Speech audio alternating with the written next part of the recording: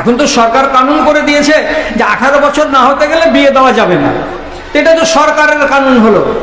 সরকারের কানুনকে বকলমে আপনাকে আমি মানতে বলছি, মানেন। আর 18 বছর বয়সে বিয়ে দেন মেয়েগুলোর, কিন্তু 18কে 19 করতে যাবেন না, 19কে 20 করতে যাবেন না। আর বাড়িতে সাবালিকা মেয়ে থাকতে গেলে আপনাদের চোখে ঘুম হয় কেমন করে? মিয়া আর বিবি পরামর্শ করে সলা করে কোনো না কোনো জায়গাতে বিয়ে দাও। না দিতে গেলে তুমি যখন বিবাহের কানুনটাকে কড়া করবে, তখন তোমার গ্রামে, তোমার টোলায়, তোমার পাড়ায় অশান্তি সৃষ্টি হবে। আর এই ঝামেলাগুলো দুনিয়াতে বেড়ে যাবে। কোন ঝামেলা? কোন ঝামেলা? বেটি যাবে প্রাইভেট পড়তে, কোন ছেলের সঙ্গে লাইন ঘাট করে নিয়ে বাড়ি থেকে বেরিয়ে চলে গেল, বিবাহ করে নিল, কোর্ট ম্যারেজ করে নিল, বাপের মুখে ছাই পড়ে গেল। বাপ বলছে নারাজ, আমি মানি না, আমি বেটিকে কচু কাটা করবো, আমার বাড়িতে আসতে গেলে ওর পাকে ভেঙে দেবো, হেন করবো তেন করবো, খুব রাগ দেখালো। তারপরে 6 মাস পর আবার যেমনকার তেমন ওই বাপ আর ওই বেটি। এখন দুনিয়ার লোক বলছে কি, তখন ওর বাপ রাগে আসলো, এখন তো রাজি হয়ে গেছে। তখন রাজি ছিল না, এখন রাজি হয়ে গেছে। তাহলে যতটি মা আছো কান খুলে শোনো, বিবাহ করতে গেলে এই ভুটকাওয়ালিটা কে আছে এখানে রে? এই ভুটকাওয়ালি, এই ছেলেগুলোকে ভুটকাটা নিচে রাখতে বলো না, খেলছে কেন এখান করে নিয়ে? আর না তো 1 লাখ মেরে ফুটিয়ে দাও, আর বুনবুনিটা ঠান্ডা হয়ে যাবে। চুপ করে নিজে মেঝেতে রাখতে বলো ওকে, যে খেলবি না ওটা নিয়ে। এখন দেখেন বিবাহ কি করে হয়তো ভালো করে বুঝেন। বিশেষ করে যারা কালো কালো মুখ, না মুখ বলছি বোরকা, মুখ তো কালো নয়, কালো কালো বোরকা, এগুলো সব শিক্ষিতা নারী আছে, তোমরা ভালো করে বুঝো। বিবাহ হতে গেলে আঙুলে গুনুন ভালো করে, ছেলে এবং মেয়ে এরা যেন দুজন এক অপর সম্পর্কে জানতে পারে। জানতে পারে, যেমন ছেলেটা জানতে পারে কি, আমার বাসুদেবপুরে বিবাহ হবে, ছেলেটার নাম আমজাদ আলী। তাহলে ও জানতে পারলো যে ছেলের নাম আমজাদ আলী। ওই ছেলেটা যেন জানতে পারে যে বিকরে ইদ্রিসের মেয়ের সঙ্গে আমার বিয়ে হবে, মেয়েটার নাম রোজিনা। দুটোকে আড়াল করে রাখলে চলবে না, দুটোকে স্পষ্ট করতে হবে। যদি এদিকে বেটির বাপ বলে তোমার বিবাহ আমার মেয়ের সঙ্গে আমি দিতে রাজি আছি, তুমি বৃহস্পতিবারের দিন বরযাত্রী নিয়ে এসো, আমি বিবাহ পড়িয়ে দিব। কিন্তু কোনটা বেটি? যদি ওর 4টা বেটি থাকে, বেটির নাম নিয়েছে কি? বেটি কি বলেছে মেজোটা না সেজোটা না বড়টা? যদি বাপ মেয়েটাকে নির্ধারণ না করে তাহলে পারে কিন্তু বিবাহ হবে না। কেন? ঠকে নিতে পারে। 3 নম্বর বেটির রং কালো আর 2 নম্বর বেটির রং সাদা, এমনটা হতে পারে যে তোমাকে ঠকে নিয়ে করবে কি, 3 নম্বর বেটি কালোটার নামে ইজাব কবুল করিয়ে তোমার গাড়িতে পাঠিয়ে দিবে। বাড়ি গিয়ে তখন তুমি দেখে বলবে কি যে এর রং কালো কেন, তখন ঝগড়া লেগে যাবে। এই জন্য মিয়া বিবি যারা হবে তারা দুজন একজন আরেকজন সম্পর্কে খবর পেয়ে যাবে এবং নাম থেকে তারা অবগতি হাসিল করে দিবে। 1। 2 নম্বর কথা, ছেলে আর মেয়ে দুজনকে হাজির হতে হবে। হাজির, ছেলে আছে গলিতে আর মেয়ে আছে বাড়িতে, এরা দুজন হাজির আছে, তাহলে বিবাহটা হবে। তারপর মেয়ে যদি বাড়িতে না থাকে, দেশ থেকে দেশান্তরী, যদি কলকাতার কোনো হোস্টেলে বসে থাকে আর বলে যে আমার মেয়ের বিয়ে পড়াও, ওই বিবাহ হবে না। দুজনকে হাজির থাকতে হবে। আমরা যেন মজলিসের লোক জানতে পারি যে রোজিনার বিয়ে হচ্ছে, তো রোজিনা আংনাতে আছে, এ কথার যেন আমরা জানতে পারি। দুটো কথা হলো। 3 নম্বর কথা হলো দুজন সাক্ষী থাকতে হবে। দুজন সাক্ষী থাকতে হবে। 3 নম্বর কথা, মেয়েটার যে বিবাহ হচ্ছে, তো এই মেয়েটা তার বাবা তার কাছ থেকে অনুমতি নিয়েছে যে বেটি রে, তোমার বিবাহ বাসুদেবপুরের অমুকের বেটার সঙ্গে আমি দিতে চলেছি, এই বলে যেন বাপ নিজের বেটিকে স্পষ্ট করে জানিয়ে দেয়। ছেলেটা কি করে যে আব্বা, তো বলে মুদিখানার দোকান করে।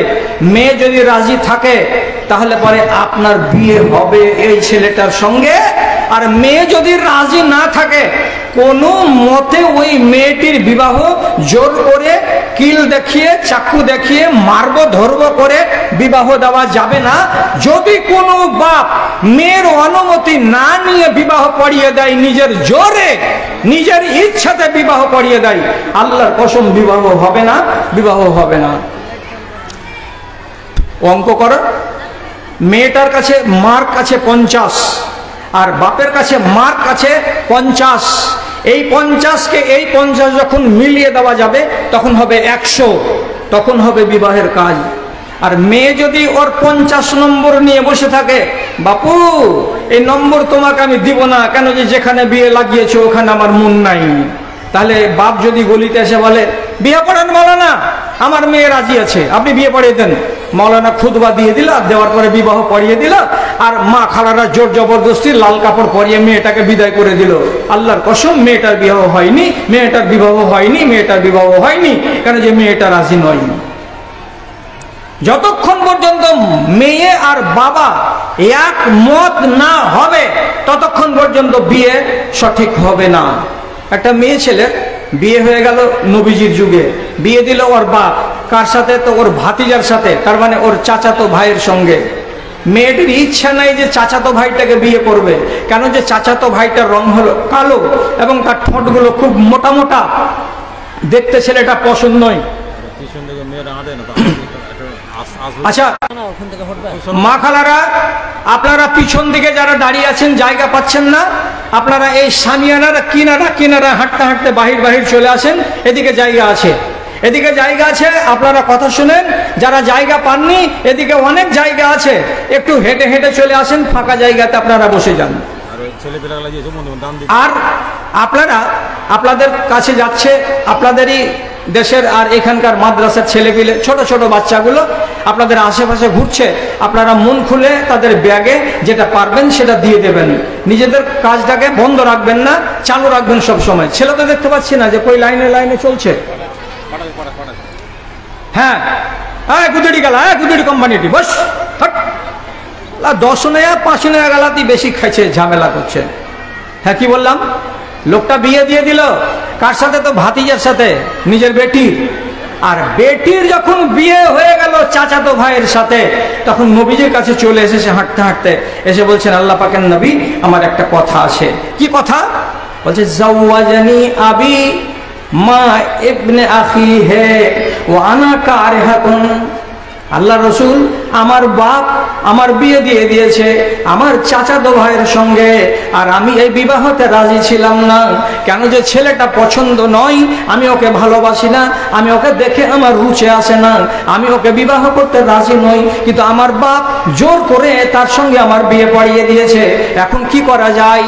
নবীজি ফাখাইয়ারা আমরাহা, তখন নবীজি বলছেন এরে বেটি ছেলে, তোমার বাপ বিয়ে দিয়ে দিয়েছে, তোমার মন যদি হয় তো বিবাহটাকে রাখো, আর তোমার মন যদি না হয় তো বিবাহটাকে ভেঙে দাও, বলো যে আমি বিবাহ মানলাম না।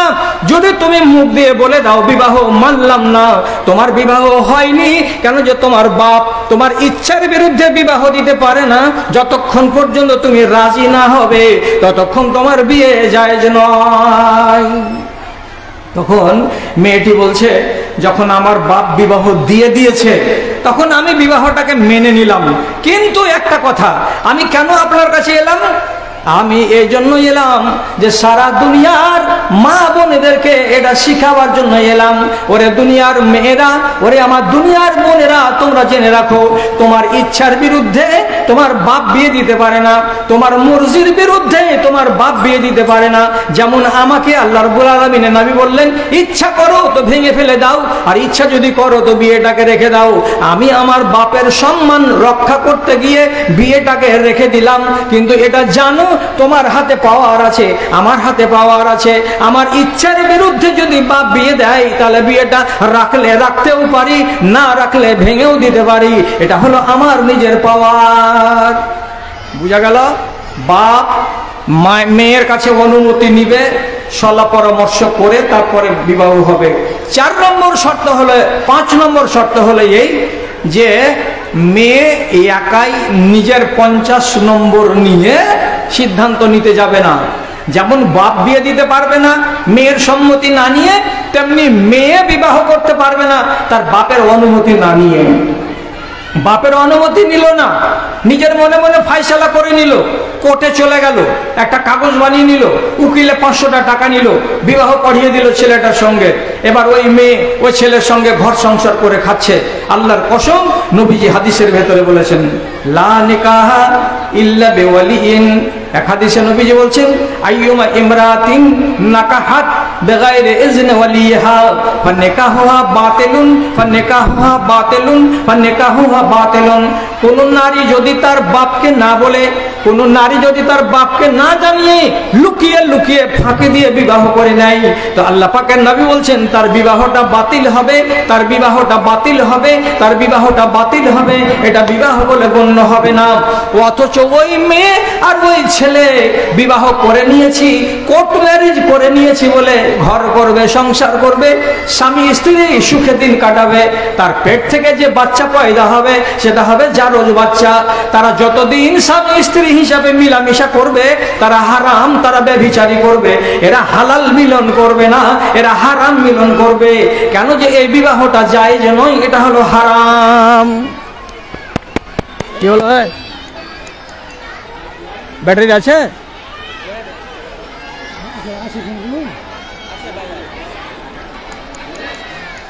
अरे जो ना चावल जो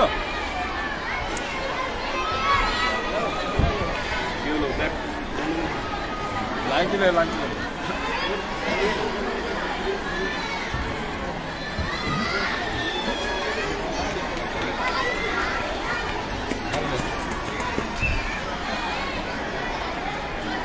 फिर बांसे तो खून और मतलब खड़े थकते हुए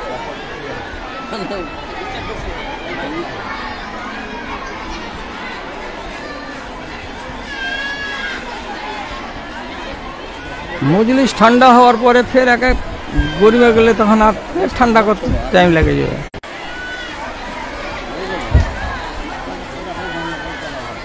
আরে কতক্ষণ লাগছে রে? লোক নাই নাকি ওখানে জেনারেটরের কাছে?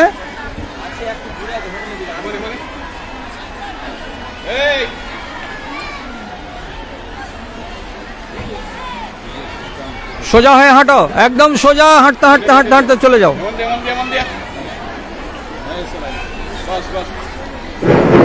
হ্যাঁ, লাইন এসেছে, এই বসে যাও। এই যেটি খাড়ো আছো বসো বসো। এই বাচ্চাটা বস। খাড়ো কেন হচ্ছে রে? চল তোরে হাঁটতে লাগ, তোরে হাঁটতে লাগ। বেয়া গেলা তোরাকে মানা করিনি রে শালা খেপা। ওই যারা দাঁড়িয়ে যাচ্ছে তারাকে বলছি। তাহলে এবার গোড়াতে চলে আসেন কথা, যে বিবাহ হবে এই 5 রকম নিয়মে। 5টা নিয়মকে যখন মেনে নিলাম বিবাহ হয়ে গেল। তারপরে এবার কান পেতে শুনো, মন হয়ে গেলে বিবাহকে ভাঙা যাবে না। কি বললাম? এই বিবাহকে ভেঙে দিব। এই বদ চলনটা মাথা থেকে নামিয়ে দাও, মগজ থেকে নামিয়ে দাও। বিবাহটা হলো একটা পবিত্র বন্ধন। এই পবিত্র বন্ধনকে নষ্ট করা এটা কিন্তু নেকির কাজ নয়, এটা হলো গুনাহের কাজ। এবং আরো বলছি, অত সহজে বিবাহটাকে ভেঙে দিবে। পুরুষ যদি ভাঙে তো সে হবে গুনাহগার, স্ত্রী যদি বিবাহকে ভেঙে দেয় তো সেও হবে গুনাহগার। কেমন কথা? বিবাহ হলো, বিবাহ হওয়ার পরে ধরো একটা কথার কথা, যে স্বামীটা মদখোর, ওর মুখ থেকে মরা কুকুরের মতন গন্ধ বেরোচ্ছে। এখন তুমি একটা ভালো ঘরের বেটি, এই মদখোরের কথা আগে জানা ছিল না, বিয়ে হয়ে গেছে এইরকম জল্লাদের সাথে। তুমি বলছো কি যে আমি এই স্বামীর ভাত খাবো না। তাহলে তোমার পাওয়ার আছে, তোমার পাওয়ার আছে। বলছি বুঝিয়ে বুঝিয়ে, আস্তে আস্তে করে শোনো। সব বসো, সব বসো, আগা দিক থেকে বস, সব বসো। তোমার একটা পাওয়ার আছে।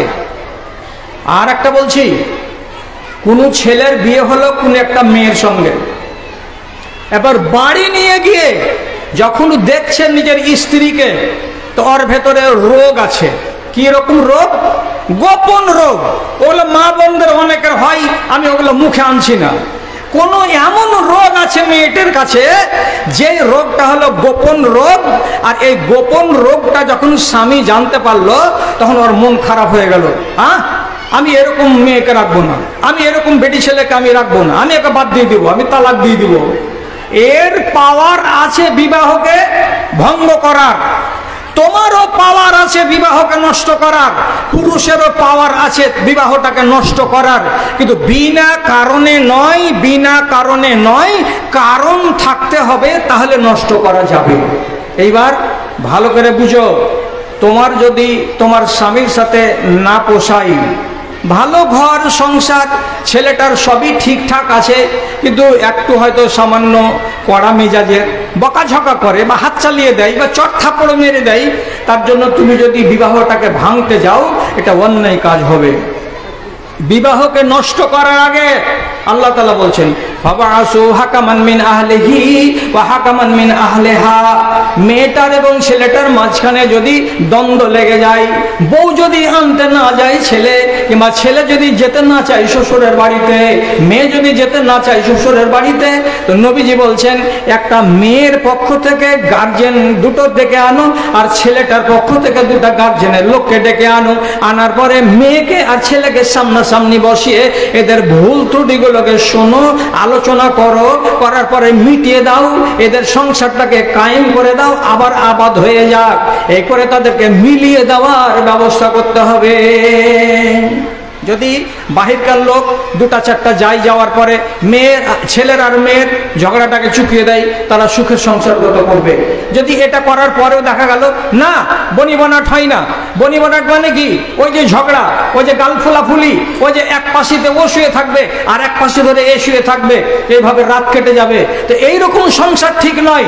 তখন সেই ক্ষেত্রে দেখতে হবে যে বিবাহটাকে ভাঙতে চাইছে কে। এই স্ত্রীলোক, তুমি যদি বলো যে আমি তোমার ভাত খাবো না, তো তোমাকে বলছি আমি তোমার কাউরি ভাই, তোমাদের আমি কাউরি বেটা, তোমাদের কাউরি আমি বাপ, যেটা মনে করো। আমি 64 বছরের বুড়া বুজুর্গ বলছি, আমার কথাটাকে শুনো। বিবাহ হয়ে গেছে, তোমার পোষাই না, তুমি এই স্বামীর ভাত খাবা না। সোজা পথ হলো এই, যে টাকাটা তুমি মোহরানা পেয়েছো 25,000 টাকা, টাকাটা তুমি নগদে তোমার স্বামীকে দিয়ে দাও, আর দিয়ে বলো আমি তোমার ভাত খাবো না, এই মোহর তোমাকে ফিরিয়ে দিলাম, তুমি আমাকে স্বাধীন করে দাও, তুমি আমাকে মুক্ত করে দাও, তোমার বাঁধনে আমি থাকবো না। তখন স্বামী বলবে টাকা দিয়ে দিলি আর আমার সাথে তোর পোষাই না, তার জন্য তুই মুক্ত হয়ে যাবি, যা তোকে আমি মুক্ত করে দিলাম, যা তোকে আমি স্বাধীন করে দিলাম, তুই যেটা বলছিলি সেটা তোর করে দিলাম, তুই চলে যা। এবার যদি খালি স্বামী বলে দেয় আমি এটা মেনে নিলাম, তোর দরখাস্তটাকে আমি কবুল করে নিলাম, তাহলে এইটা বিবাহ ভেঙে গেল। এটাকে বলা হয় খোলা। মেয়ে ছেলে করবে খোলা। তুমি যদি বিবাহ ভাঙতে চাও তো খোলা করো, মোহরটিকে ঘুরিয়ে দাও, দেওয়ার পরে স্বামীকে বলো যে আমাকে তুমি বাদ দিয়ে দাও, স্বামী বাদ দিয়ে দিবে, ঝামেলা শেষ। যেদিন তোমার খোলা হবে, যে তারিখে তোমার খোলা হলো, সেই তারিখ থেকে নিয়ে 1 মাস তুমি বাড়িতে দিন কাটাবে, আর মাঝখানে কোনো ছেলের সঙ্গে তোমার বিবাহ জায়েজ নয়। 1 মাস যদি বলো যে অতদিন থামা যাবে না, তো তাহলে কমসে কম একটা মাসিক গত করতে হবে। 4 দিন হয় 6 দিন হয়, যেটা তোমার কপালে আল্লাহ তাআলা লিখেছেন, সে 4 দিন অথবা 6 দিন ঋতুর কালটা যখন গত হয়ে যাবে, তখন প্রমাণ হয়ে গেল যে তোমার পেটে তোমার পুরুষের জন্ম দেওয়া বাচ্চা নাই, তোমার রেহেমটা খালি আছে, তোমার পেটটা পরিষ্কার আছে, সুতরাং তুমি অন্য জায়গায় এবার বিবাহ করে নিতে পারো। কিন্তু যেদিন খোলা হলো, সেই খোলা হওয়ার পর তোমার যদি মাসিক না আসে, আরে আদমের বেটিরা, তোদেরকে জ্ঞান নাই এটা কথা। মাসিক বন্ধ হয় কখন? পেটে বাচ্চা আসে যখন তখন। তো যদি মাসিক না আসে, তোমাকে জেনে নিতে হবে যে আমার পেটে বাচ্চা আছে, আমার পেটে যে স্বামীকে আমি ছেড়ে দিয়েছি, এই স্বামীর জন্ম দেওয়া বাচ্চা আছে। অতএব 1 মাসের পরে যে তুমি অন্য জায়গায় বিবাহ করতে, এটা বিবাহ করা জায়েজ হবে না। যতদিন পর্যন্ত তোমার পেটের বাচ্চা দুনিয়াতে ভূমিষ্ঠ না হবে, ততদিন পর্যন্ত তোমাকে অপেক্ষা করতে হবে।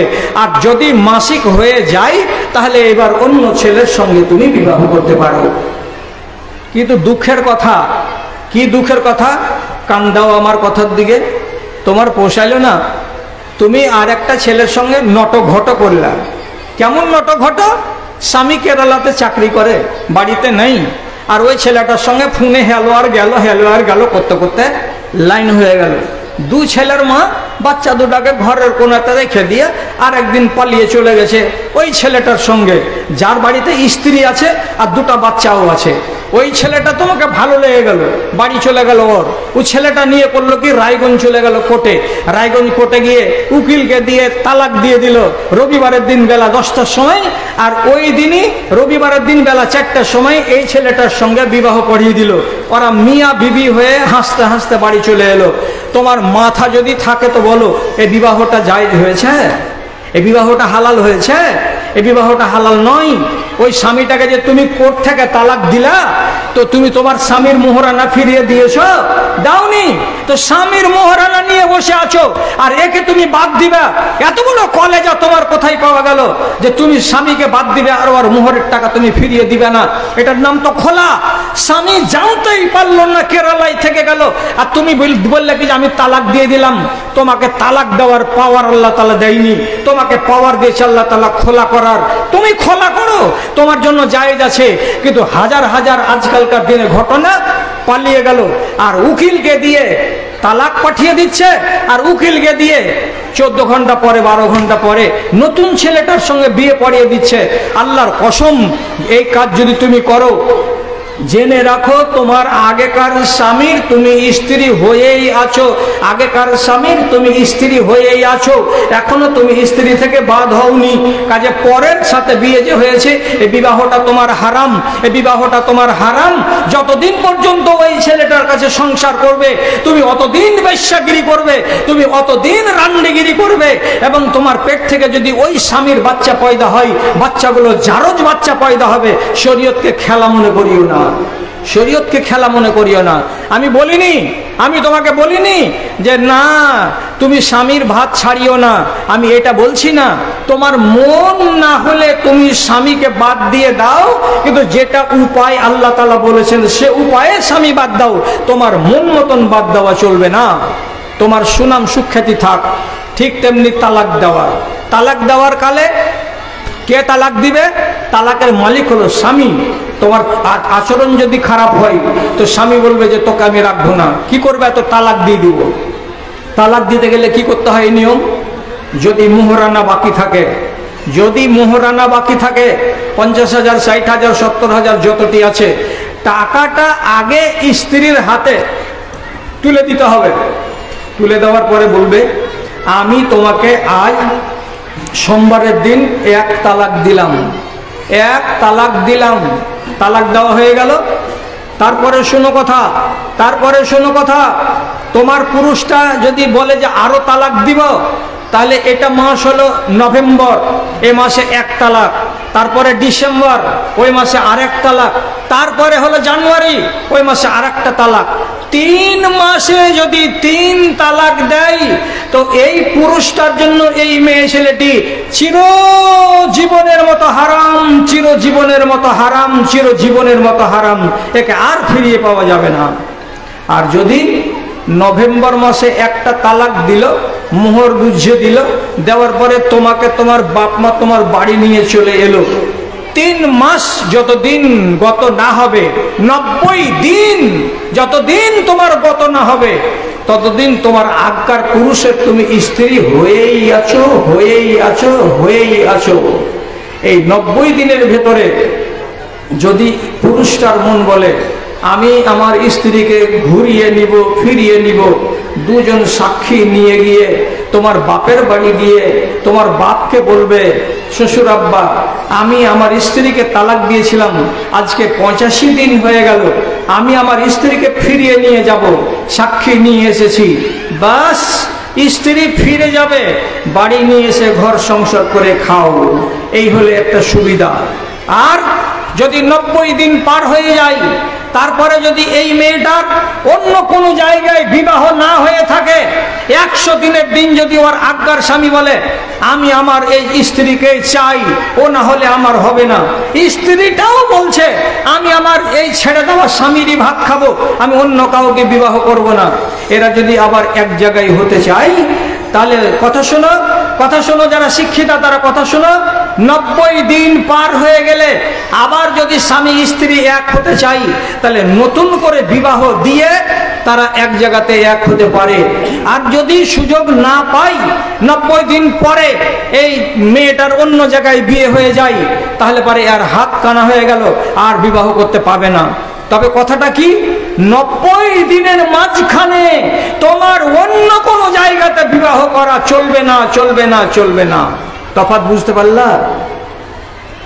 স্বামী তালাক দিলে তোমাকে ইদ্যত কাটতে হবে 90 দিন, আর তুমি যদি খোলা করো তো তোমাকে ইদ্যত কাটতে হবে মাত্র 1 মাস। স্বামী তালাক দিতে গেলে 90 দিন বিবি থেকেই যাই, ঘুরিয়ে যদি নেই আমার স্বামী, ফিরিয়ে যদি নেই আমার স্বামী, তার জন্য আল্লাহর শরীয়তে এটা ছাড় আছে। তো বোনেরা আর মায়েরা আর এ দেশের যতগুলো মা বোন আছে সবাইকে বলছি, যারা বিবাহ করনি তারা কথাটাকে মশলাটাকে ভালো করে জেনে নাও। বাপকে না বলে হরগিজ বিয়ে করে নিজের জাহান্নাম কিনে নিও না। বাপ মাকে সম্মতি করে যখন বিয়ে করেছো, যদি তালাকের প্রসঙ্গ আসে তো ইদ্যতের মধ্যেখানে কোনো ছেলেকে বিয়ে করিও না, নাহলে বিবাহ হারাম হবে।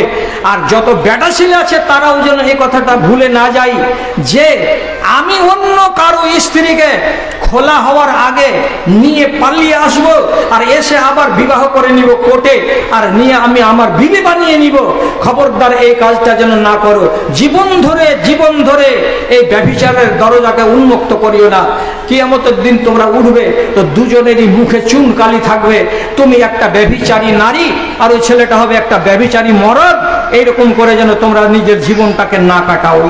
এই জন্য আল্লাহ রাব্বুল আলামিনের নবী বলছেন, যে বাড়িতে এমন মেয়ে ছেলে আছে যেই মেয়ে ছেলেটি তার ভেতরে একটা গুণ আছে, গুণটা কি? রাসূলুল্লাহ বলছেন, তুমি যদি 3টা জিনিসের মালিক হতে পারো, তুমি যদি 3টা জিনিসের মালিক হতে পারো তাহলে পরে তুমি হলে ধনী, তুমি হলে মালদার। 1 নম্বর কি? কালবুন শাকিরুন ওয়া লিসানুন যাকিরুন ওয়া যাওজাতুন সালিহাতুন তুইনু আলা আমরি দীনিহি। জিভাটা, মুখটা সব সময় আল্লাহর শুকরিয়া আদায় করে। কেমন শুকরিয়া জানো? জানো এবার আমাকে ধান হয়েছে মাত্র ৭৭ মণ, কম হয়েছে তো যে ৭৭ মণ হয়েছে, তো ও যেন বলে আলহামদুলিল্লাহ, আল্লাহ যা দিয়েছে ভালো দিয়েছে। এটা হলো কি আল্লাহর শুকরিয়া আদায় করা। একে বললে কালবুন শাকিরুন, যেটা অন্তর তোমার সব সময় শুকরগুজারি করে। শুকরগুজারি কেমন? 3 লোকমা ভাত খেলাম, ভাত খাওয়ার পরে 8 গিলাস পানি পান করলাম, আপনার মুখ দিয়ে বেরিয়ে গেল আলহামদুলিল্লাহ। তাহলে এটা কি হলো? তোমার জিভটা হলো, তোমার মুখটা হলো শুকরগুজার, শুকরিয়া আদায় করে যে মুখটা, এটা একটা। আর যেমন আপনাকে বলতে বলা হয়েছে কি, যদি পেশাব থেকে আর পায়খানা থেকে বাড়ি ফিরে এসো, ঘুরে এসো, বেরিয়ে আসো, তো তাহলে তোমাকে বলতে হয় কি আলহামদুলিল্লাহিল্লাযী আযহাবা আন্নিল আযা ওয়া আফানি। তো আলহামদুলিল্লাহ মানে কি? আল্লাহর শুকরিয়া।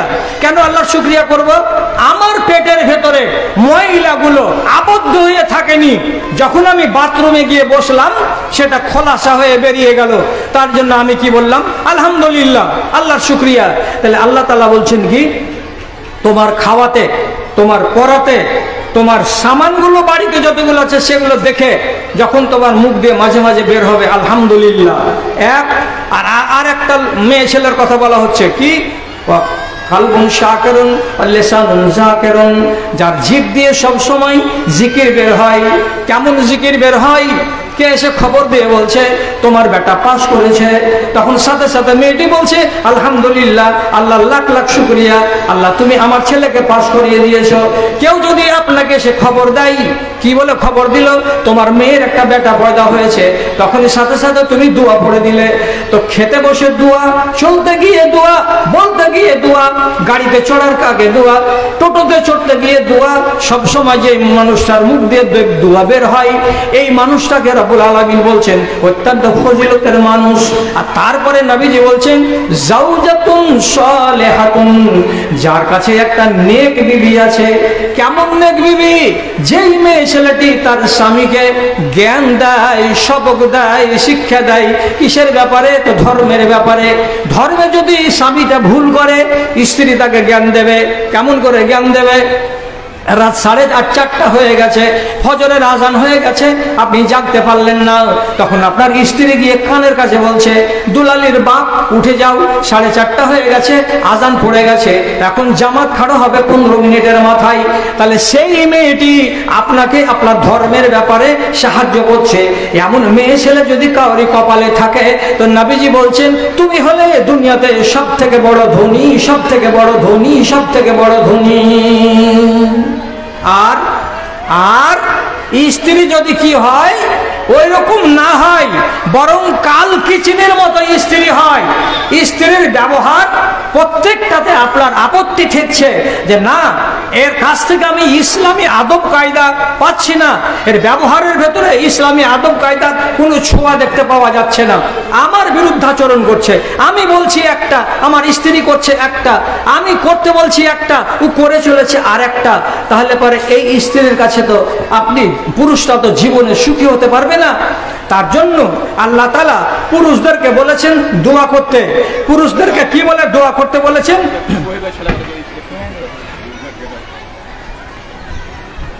হ্যাঁ, কি বলে দোয়া করতে বলেছেন? যখন নামাজে সালাম ফিরা হয়ে যাবে, তো বেটা ছেলেরা যেন এরকম বলে দোয়া করে, রব্বানা হাবলানা মিন আজওয়াজিনা ওয়া যুররিয়াতিনা কুররাতা আয়ুনিন ওয়াজআলনা লিল মুত্তাকিনা ইমামা। হে আল্লাহ, তুমি আমার বিবিটাকে, তুমি আমার ছেলে পেলেগুলোকে এমন করে দিও যাকে দেখতে গেলে আমার চোখ জুড়িয়ে যায়, যার কথা শুনতে গেলে আমার প্রাণ জুড়িয়ে যায়, যার কথাগুলো, যার ব্যবহারগুলো দেখতে গেলে আমার মনটা ঠান্ডা হয়ে যায়। আয় আল্লাহ, তুমি আমাকে এমন বিবি দিও, তুমি আল্লাহ আমাকে এমন ছেলে পেলে দিও। আর যদি টেढ़া মানুষ হয়, তো টেढ़া মানুষের তো আলোচনা অনেক লম্বা চওড়া আছে, এতগুলো আমি বলতে যাচ্ছি না আপনাকে। হ্যাঁ, এমনি গল্পতে কাছে কথাতে আছে, সম্রাটেরও সমসুখী হয় সে ভিখারি, সম্রাটেরও সমসুখী হয় সে ভিখারি, ঘরে যদি থাকে তার মন মতো নারী, শত দুঃখ থাক মনে দুঃখী রে ভাই, শত দুঃখ থাক মনে দুঃখী রে ভাই, নিরালাই দুঃখ হারি সাথে যদি পাই। বিদেশের কষ্ট ভালো দুষ্ট নারী যার, বিদেশের কষ্ট ভালো দুষ্ট নারী যার, খালি পায়ে চলা ভালো কষা জুতা যার গো, খালি পায়ে চলা ভালো কষা জুতা যার। নারী যদি ধর্মের ব্যাপারে সাহায্য সহযোগিতা করার মতো মিজাজ না রাখে এবং মন না রাখে, তাহলে ওই সংসারটা সুখের সংসার হয় না। আর ওই স্ত্রীর আলোচনা আসে না, মানুষের জিকিরে আসে না, মানুষ তার সুনাম সুখ্যাতি জানতে পারে না। আপনারা জানেন কি, কোরআন মাজিদে একটা মেয়ে ছেলের নাম এসেছে 35 বার। কোরআনে একটা মেয়ে ছেলের নাম এসেছে 35 বার। বলেন তো সেই মেয়েটার নাম কি? মেয়েটার নাম মারিয়াম। কাউরি বেটির নাম মারিয়াম আছে? কাউরি বেটির নাম মারিয়াম রেখেছ? ঈসা নবীর মায়ের নাম মারিয়াম। এর নাম আছে কোরআন মাজিদে কয়বার? 34 বার আল্লাহ তাআলা ওর নাম নিয়েছে। তো এর মায়ের নাম আল্লাহ তাআলা কোরআনে আলোচনা করছেন। গুণ কত! মানুষ ভালো হতে গেলে তোমার যদি চরিত্র ভালো হয়, তো তোমার শ্বশুরের বাড়ির লোক, তোমার স্বামী, তোমার আত্মীয় স্বজন সব জায়গাতে নাম করবে, নাম করবে, নাম করবে। আমার স্ত্রী এইরকম, আমার বৌমা এইরকম, আমার ভাবি এইরকম, গুণ আর গুণ আর গুণ গাইবে। আর যদি চলনটা বাঁকা হয়, তাহলে সব জায়গাতেই তোমার বদ চলনের কথা আলোচনা হবে। মারিয়ামের আলোচনা তো এলোই, মারিয়ামের মায়ের আলোচনা এলো কোরআন মাজিদের ভেতরে। কেন? এই জন্য যে বেচারির নিয়াতটা অত্যন্ত পরিষ্কার ছিল, অত্যন্ত ভালো ছিল। কি বলেছিল? মারিয়ামের বাপের নাম হলো, মার নাম হলো হামনা বিনতে ফাকুর। এই মেয়ে লোকটির পেটে যখন বাচ্চা এলো, তখন একদিন নিজের পেটটাকে দেখছে, আর দেখে মনে মনে বলছে, আল্লাহ তুমি আমার পেটে তো বাচ্চা দিয়েছো, তো এই বাচ্চাটা তো দুনিয়াতে ভূমিষ্ঠ হবে। তখন ভালো নিয়তে মারিয়ামের মা বলছে কি, ইন্নী নাযারতু লাকা মা ফি বাতনি মুহাররারান ফাতাকাব্বাল মিন্নী ইন্নাকা আনতাস সামিউদ দুআ। হে আমার রব পরওয়ারদিগারে আলম, আমার পেটের ভেতরে যে ছেলেটা আছে 9 মাস পরে যখন বাচ্চাটা পয়দা হবে, আমি বলছি কি আমার স্বামীকে না বলে আমি নিজে নিজে ফয়সালা শোনাচ্ছি এটাই, যে বেটাটা যেদিন পয়দা হবে আমার পেট থেকে, আমার বাড়ির গোড়ায় বাইতুল মুকাদ্দাস মসজিদ, যেটাকে আল্লাহ রাব্বুল আলামিন প্রথম কিবলা হিসাবে তৈরি করেছিলেন, সেই বাইতুল মুকাদ্দাস মসজিদের আমি খাদেম বানিয়ে দিব। আমি ছেলেটার খিদমত নিব না, আমি ছেলেটার টাকা পয়সা কামাই নেব না, আমি আমার ছেলেটাকে বাড়িতে রাখবো না। ওই ছেলেটা বাইতুল মুকাদ্দাস মসজিদের খিদমত করবে, ঝাড়ু লাগাবে, ওযুখানা পরিষ্কার করবে, সব চাটাইগুলোকে বিছাবে, আর এইভাবে খিদমত করে করে নিজের জীবনটা কাটাবে। আল্লাহ, আমি এটা নজর মেনে নিলাম যে আমার পেটের বাচ্চাটা বাইতুল মুকাদ্দাসের যেন খাদেম হয়। কত ভালো কথা! ওর কামাই খাবে না, ওর ইনকাম নেবে না, ওকে ঘর সংসারে কাজে লাগাবে না, শুধু ওর নিয়ত হলো কি বাইতুল মুকাদ্দাসের কি হবে, ও খাদেম হবে আমার বেটাটা। আমি ছেড়েই দিব, আল্লাহর নামে দান করে দিব, আমি ওকে ওর কাছ থেকে কোনো টাকা পয়সা কিচ্ছু নিব না, কামাই আশা করব না। আল্লাহ জি 10 মাস পরে যদি ছেলে পয়দা হলো, ওরে আল্লাহ রে, বেটা হলো না বেটি হয়ে গেল। আচ্ছা তোমরাই বলো, যদি বেটি হয়ে যায় তো বেটিটাকে মসজিদের ঘর ঝাড়ু দেওয়ার জন্য যে দিব, আল্লাহর কাছে নজর মেনেছি, তো এই বেটিটা আল্লাহর ঘর মসজিদে কতদিন থাকতে পারবে? যতদিন মেয়েটাই সাবালিকা না হয়েছে ততদিন তো থাকবে, কিন্তু যখন ওই মারিয়াম সাবালিকা হয়ে যাবে, সেদিন তো তার ঋতু হবে, সেদিন তো তার মাসিক হবে, তখন এই বেটি ছেলেটা 4 দিন 5 দিন মসজিদ থেকে বাইরে থাকবে, খিদমত করতে পারবে না। কোন জটিলতা হলো আল্লাহ! আমি যে নজর মেনেছিলাম যে বেটা হবে তো ঝামেলা থেকে মুক্ত হবে, কিন্তু হয়ে গেল যে বেটি, এবার কি করা যাবে? ফাইসালা হলো এই, বেটি তো বেটি, যা হয়েছে তাই আমি দিয়ে দিব আল্লাহর নামে, বাইতুল মুকাদ্দাস মসজিদের খেদমত করার নামে, তাই দিয়ে দিলেন, বেটিকে দিয়ে দিলেন। তো এই 1 বছর 1.5 বছরের বাচ্চাটাকে কে লালন পালন করবে? তখন ওই জমানাতে তার খালু জাকারিয়া নবী বেঁচে ছিলেন। তখন উনি বললেন যে এই বাচ্চাটাকে আমাকে দিয়ে দাও, আমি দেখাশোনা করব। বাচ্চাটার থাকার জায়গা হলো বাইতুল মুকাদ্দাস মসজিদের দ্বিতলের উপরে ছোট্ট একটা কামরা, ওই কামরাটাতে রেখে দেওয়া হয়। আর নবী জাকারিয়া মারিয়ামের খালু ওর কাছে খানা পৌঁছে দেয়, পিশাব পায়খানা করিয়ে দেয়। কে দেয়? তো খালু করিয়ে দেয়। আল্লাহু আকবার! তাহলে এই মেয়েটার নাম মারিয়াম, এই পয়দা হয়েছে একজনের পেট থেকে, এর বিবাহ হয়নি, অথচ ওর পেট থেকে একটা বেটা পয়দা হয়েছে, তার নাম ঈসা আলাইহিস সালাম। এটা হলো আল্লাহর কুদরত। হযরত জিবরিল আলাইহিস সালাম আল্লাহর পক্ষ থেকে একটা রূহ নিয়ে এসে মারিয়াম শুয়েছিলেন ঘরের ভেতরে, তার পেটের ভেতরে ফুঁক মেরে দিলেন, মারিয়ামের পেটের ভেতরে পয়দা হয়ে গেল কে? জাকারিয়া ঈসা আলাইহিস সালাম। তাহলে এই মেয়েটা পয়দা হলো একজনের পেট থেকে, আবার ওর বিবাহ হলো না, তথাপি তার পেট থেকে আবার একটা বাচ্চা পয়দা হলো, বেটা পয়দা হলো। এর নাম কোরআনে এলো 34 বার। এখন এগুলো কথা বলার টাইম নাই আমার কাছে। তার মার আলোচনা কোরআন মাজিদে আছে। আজকে দুনিয়াতে যত লোক কোরআন মাজিদ পড়ে, যত লোক কোরআন মাজিদকে তেলাওয়াত করে, তারা যারা মৌলবি ওরা আরবি পড়ে বুঝতে পারে, আর যারা সাধারণ মানুষ, আপনারা বলেন তো, আপনার আগে যে গত বছর আমি বলেছিলাম যে একটা বাংলা কোরআন মাজিদ কিনতে হবে, নিজের স্বামীকে বলে 350 টাকা দাম লাগে। এই বাংলা কোরআন মাজিদ খানাকে প্রত্যেক দিন 1 রুকু করে বাংলাতে পড়ে পড়ে পড়ে পড়ে তোমাকে জ্ঞানী হতে হবে। কেন? মা খালারা সূরা নিসাটাকে পড়বে, ওতে ওদের কানুন লেখা আছে। সূরা নূরটাকে পড়বে, ওতে ওদের কানুন লেখা আছে। সূরা তালাকটাকে পড়বে, ওতে মা বোনদের বিধিবিধান লেখা আছে। সূরা আহজাবটাকে পড়বে, ওতে মা বোনদের বিধিবিধান লেখা আছে। কোথায় পাওয়া যাবে? বাংলা কোরআন মাজিদ গুলোকে নিজের বাপকে বলে, নিজের স্বামীকে বলে একটা কিনে নাও। হাজার টাকা দামের শাড়ি আছে বাড়িতে, আর ব্লাউজ আছে, আর সেট আছে তোমার নামি দামি কোম্পানির। এই সেটগুলো যদি একটা কমাও, আধখানা কমাও, তাহলে ওই টাকাতে তোমার একটা কোরআন মাজিদ বাংলা তর্জমা তোমার বাড়িতে আসবে, তুমি সেদিন জানতে পারবে যে জাকারিয়া মারিয়ামের মায়ের এত আলোচনা কোরআন মাজিদে সুন্দর করে কেন করা হয়েছে। এই জন্য করা হয়েছে যে তার চরিত্রটা কত মিঠা, যে বাচ্চা পেটে এলো তখনই নিয়াত করে বলছে আমি আমার বাচ্চাটাকে বাইতুল মুকাদ্দাসের খাদেম বানাবো আল্লাহ। এত নেক কথাটা যখন একটা মায়ের মুখ থেকে বের হলো, আল্লাহ রাব্বুল আলামিন কত খুশি হলেন। তার কথাটাকে কোরআন মাজিদে আজ পর্যন্ত ঢুকিয়ে দেওয়া আছে, আর মুসলমানেরা দুনিয়াতে সেগুলোকে পড়ে আলোচনা করে। আর একটা কথা বলছি, খারাপ নারী হতে গেলেও খারাপির কথা দুনিয়ার মানুষেরা জানতে পারে। কেমন করে? একটা সূরা তো তোমাদের শতকরা 95 জন মহিলার জানা আছে, সে সূরাটার নাম হলো সূরা লাহাব। সূরা লাহাবের শেষখানে কি লেখা আছে?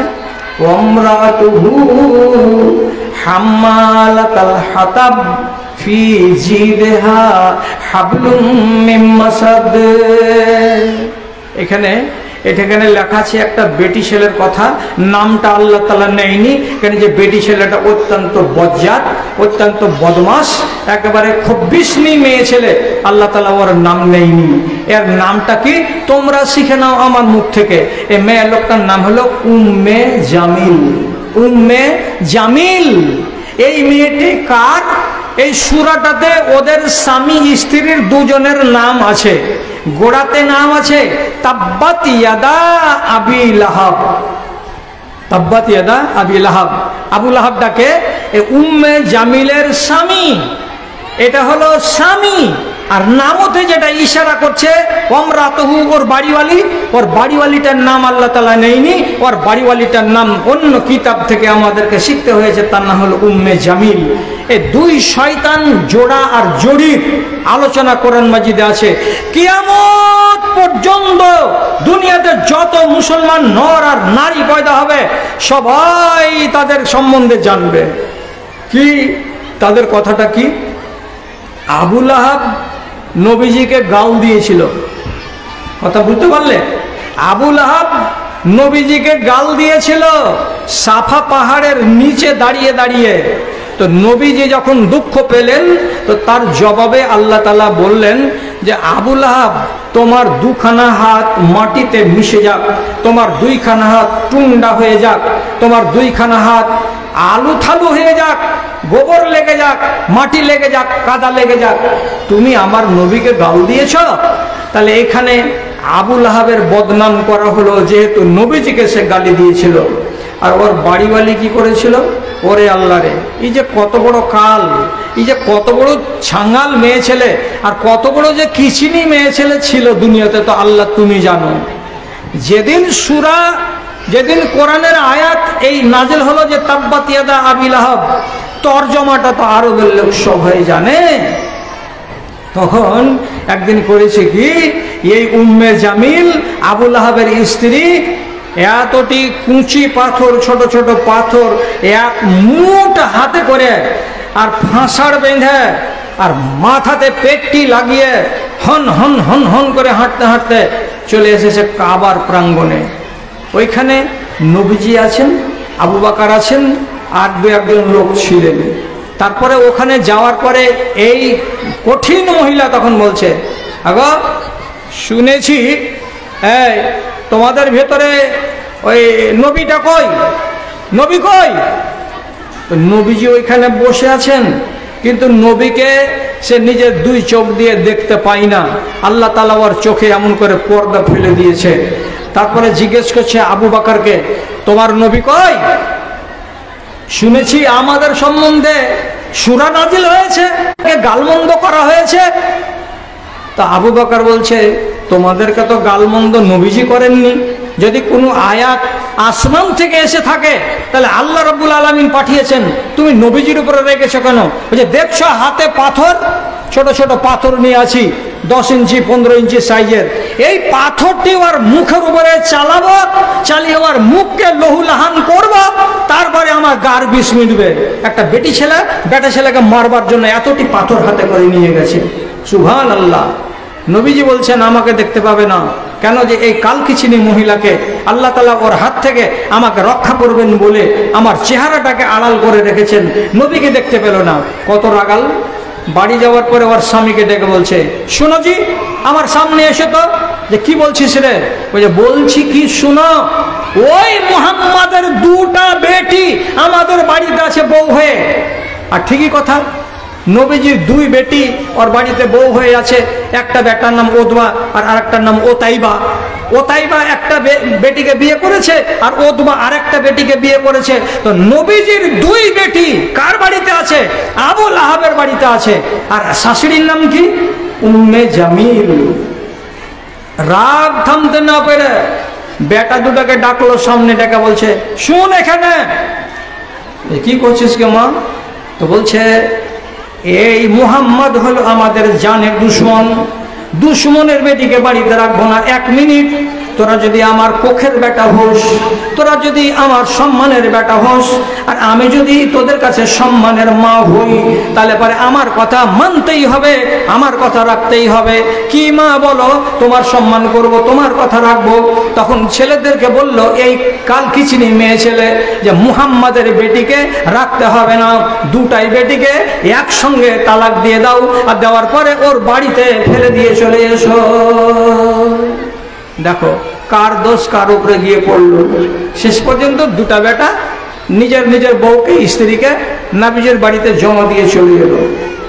জমা দিতে গেল, আর যাওয়ার পরে যেটা বড় জামাই ওতাইবা, ও তখন করলো কি, এই তুমি আমার বাপ সম্বন্ধে কোরআনে খিস্তি করেছ, তুমি আমার মা সম্বন্ধে তোমার আল্লাহ কোরআন মাজিদে খিস্তি করেছে নাকি, শুনলাম নাকি, বলে শ্বশুরের সামনে জোর করে থুতু চালিয়ে দিল।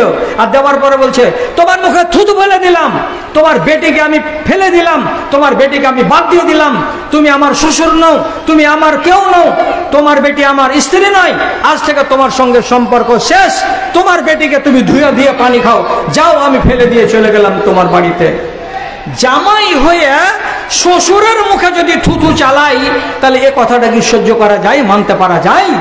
রাসূলুল্লাহ জানে কত দুঃখ হলো, রাসূলুল্লাহ কত দুঃখিত হলেন যে জামাই আমাকে বেইজ্জত করলো।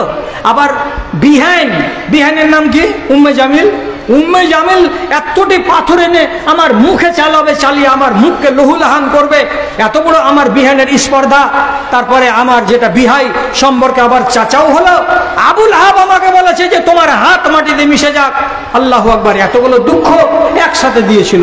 আল্লাহ রাব্বুল আলামিন বলছেন, হে আমার নবী, সবর করো, সবর করো, সবর করো। মারিয়ামের মা ভালো কাজ করেছিল বলে তার আলোচনা কোরআন মাজিদে ভালো করেই লেখা আছে। যতদিন পর্যন্ত দুনিয়ার মানুষেরা কোরআন পড়বে, ততদিন পর্যন্ত মারিয়ামের মা হামনাকে স্মরণ করবে আর বলবে, কত ভালো নারী, কত ভালো নারী, দুনিয়া থেকে গত হয়ে গেছে। আর যতদিন পর্যন্ত এই উম্মে জামিলের মতো শয়তান বেটি ছেলে তোমার সঙ্গে যে বদ ব্যবহার করলো, তার জন্য আমি এমন একটা ওষুধ মেটে দিলাম, যতদিন কিয়ামত কায়েম না হবে, সারা দুনিয়ার মানুষ এই শয়তান বেটি ছেলে সম্পর্কে রোজ রোজ খবর করবে, রোজ রোজ তার সম্বন্ধে জানবে। কেমন করে জানবে? আল্লাহ পাক আমাকে বলেন তো। তখন আল্লাহ রাব্বুল আলামিন আমার নবীকে বললেন, তাব্বাত ইয়াদা আবি লাহাবিন ওয়া তাব। যতদিন মুসলমানেরা নামাজ পড়বে, আবু লাহাবের নামে গাল বেরিয়ে আসবে। আর শেষখানে কি হবে? ওমরাতুহু হাম্মালাতাল হাতাব। ওর বহুকে ছাড়া হবে না, ওর স্ত্রীকে ছাড়া হবে না। কেন? যে আবু লাহাবের বাড়িওয়ালি উম্মে জামিল নবীজিকে গালি দিয়েছিল, এবং নবীজির রাস্তায়, নবীজির বাড়ির দেড়ির মাঝখানে বড় বড় কাঁটা এনে এনে ফেলে দিত, যাতে নবীজির পায়ে লেগে যায় আর নবীকে কষ্ট হয়। তার জন্য আল্লাহ তাআলা রাগ করে বললেন, এই বজ্জলনের নারীটা কিয়ামতের দিন আসবে, ওর গলাতে এরকম বড় বড় কাঁটাওয়ালা ঝাড়ি মালার মতন হয়ে চেপে থাকবে।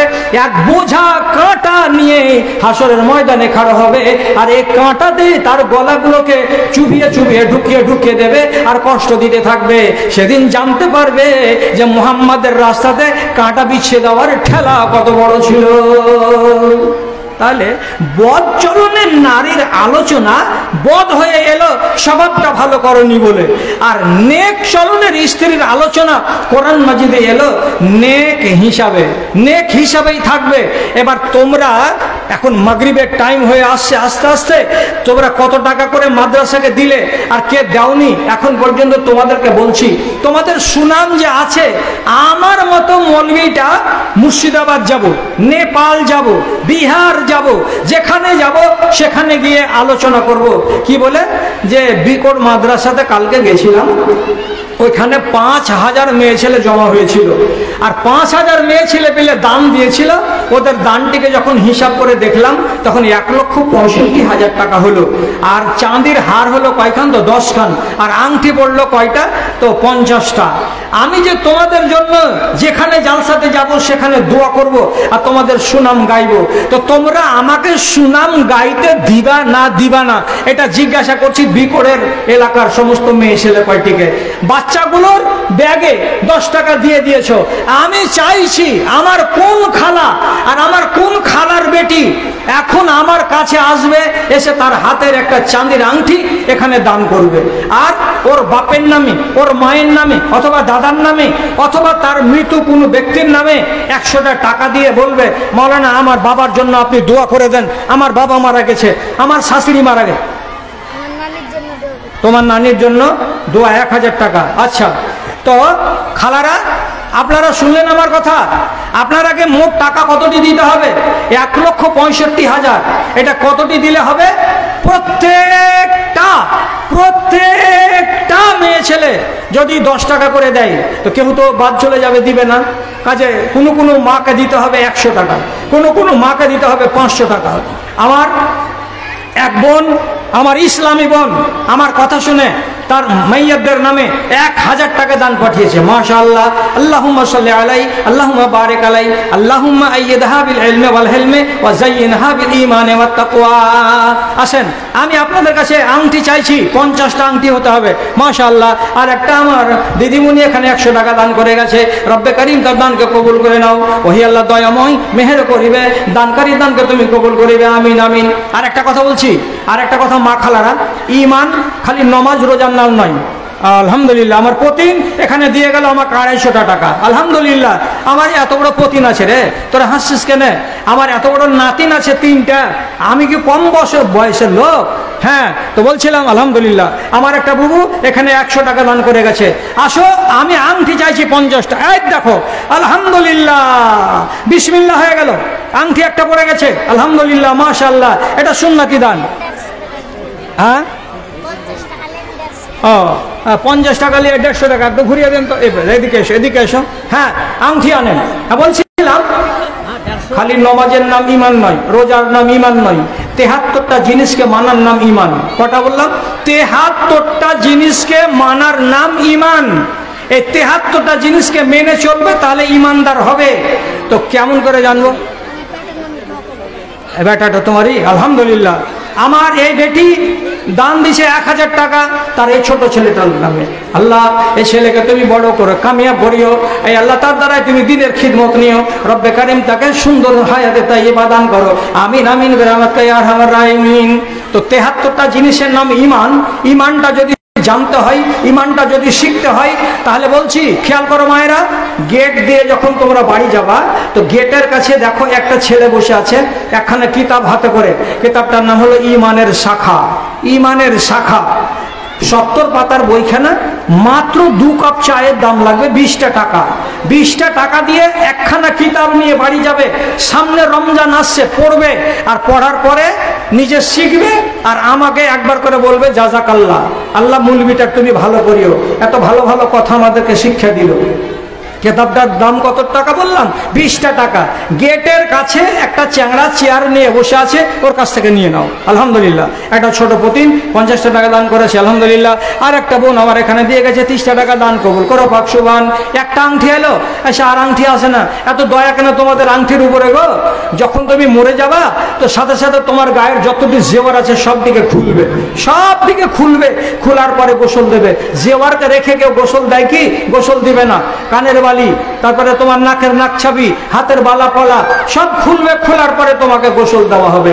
তো এত ময়া করিও না। আংটিগুলো এবং পলাগুলো এর আগের বছর অনেক দান পড়েছিল, এবছর এখন পর্যন্ত একটা পলা আসলো না, একটা গলার মালা এলো না, আর আংটি মাত্র আমার হাতে একটা এসলো। তাড়াতাড়ি করো, মা খালা তোমাদেরকে বলছি, তোমার আদেশে দিন চলে যায়, তোমার আদেশে দিন চলে যায়। আচ্ছা এই ছেলেপিলে যারা তোমরা ব্যাগ নিয়ে চলছো, গেটের কাছে গেছিলে একবার? গেটের কাছে কেউ আছে?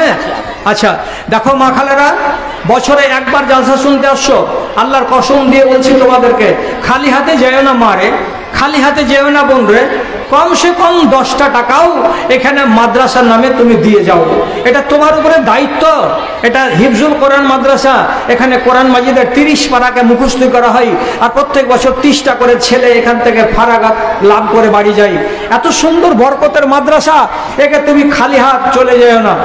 না পারলে 10 টাকা, না পারলে 10 টাকা অবশ্যই দিয়ে যাবে তুমি। আলহামদুলিল্লাহ, একটা ছোট্ট মেয়ে ছেলে শেষের বেলায় 600 টাকা দান করে গেছে। রব্বে কারিম তার দানকে তুমি কবুল করে নাও। যে আশায় দান করেছে আল্লাহ তুমি তার আশাকে পূরণ করে দিও।